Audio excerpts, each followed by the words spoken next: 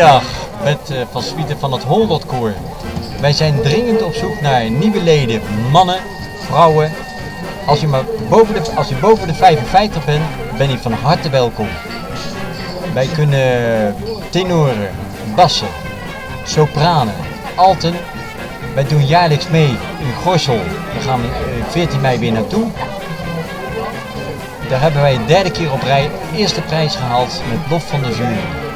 Dus schroom niet en word lid van het Holdotkoor. Maandagsmiddags om 2 uur ben je van harte welkom.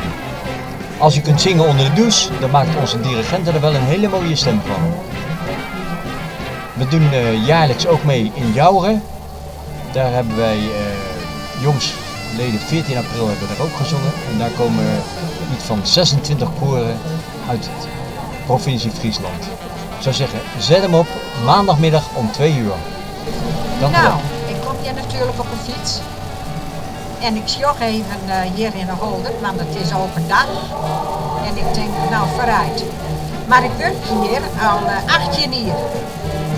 Ik doe tafeldekje, maar de maaien en de zezen. Dus je ziet ze gewoon van, wij zijn bediening in een restaurant.